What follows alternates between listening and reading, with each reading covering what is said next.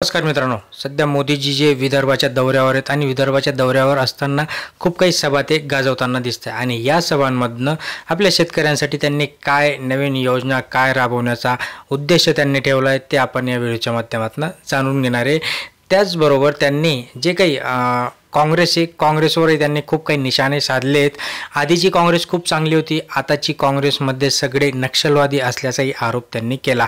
But असो, हे सगळ्यांच्या गोष्टींच्या पार आपल्या शेतकऱ्यांसाठी काय मिळालं ते आपण या व्हिडिओच्या माध्यमातून जाणणार आहोत। चॅनलला अजून सबस्क्राइब केलं नसेल सबस्क्राइब करा, व्हिडिओला लाईक करा, शेअर करा। बघा, स्वावलंबी शिक्षण संस्थेच्या मैदानावरून पंतप्रधान विश्वकर्मा योजनेच्या वर्षपूर्तीच्या कार्यक्रमात आयोजित करण्यात आलेला होता। या कार्यक्रमात बोलत असताना अमरावती आणि वर्धेकरांना नमन असे म्हणत पंतप्रधानांनी मराठीमधून भाषण सुरू केल्याची आपल्याला कळते आणि त्यांची ती शैलीच आहे।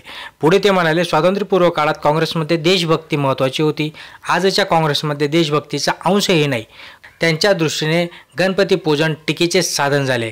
गणपती प्रतिष्ठान आणि पूजा यांच्यासाठी राजकारणाचा विषय ठरत आहे का?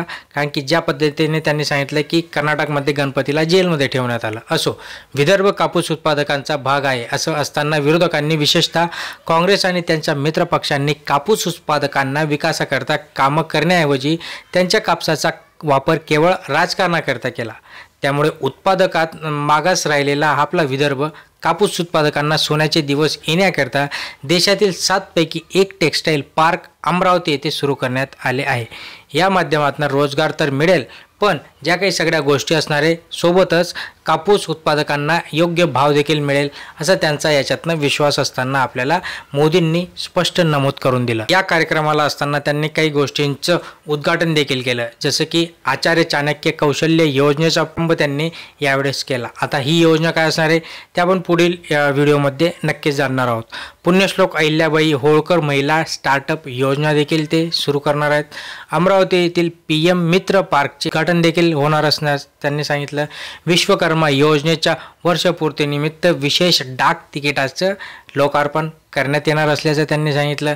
1 लाख कामगारांना ओळखपत्राचे वितरण देखील होणार असल्याचं सांगितलं। 1 लाख विश्वकर्मा लाभार्थ्यांना कौशल्य प्रमाणपत्राचे वितरण देखील होणार असल्याचं सांगितलं। तर लाभार्थ्यांसाठी डिजिटल लोनचा प्रारंभ देखील करणार असल्याचं त्यांनी सांगितलं।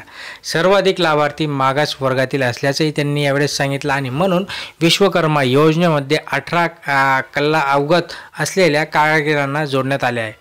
या कारागिरांना प्रशिक्षण देत एका वर्षात 200 कोटींचा म्हणजे 200 × 7 1400 कोटी रुपयांचे कर्ज त्यांना देण्यात आले आहे। या कारागिरांना उद्योगपती व्यावसायिक बनवण्याचे काम विश्वकर्मा योजनेच्या माध्यमातून होणार असल्याचं त्यांनी सांगितलं आहे। आणि ही ज्या काही योजना आता सांगितलं त्यांचं उद्घाटन काहींचं झालेलं आहे, काहींचं होणार आहे आणि त्याच्यातनं वर्धा असो किंवा जो काही आपला वरचा पट्टा आहे ओके त्याच्यामध्ये सगळ्यांचं भलं हो आणि म्हणूनच कापूस उत्पादक शेतकऱ्यांना आपल्या अमरावतीसारखा टेक्सटाईल पार्क खूप महत्त्वाचा असणार आहे असंही त्यांनी यावेळेस सांगितलं।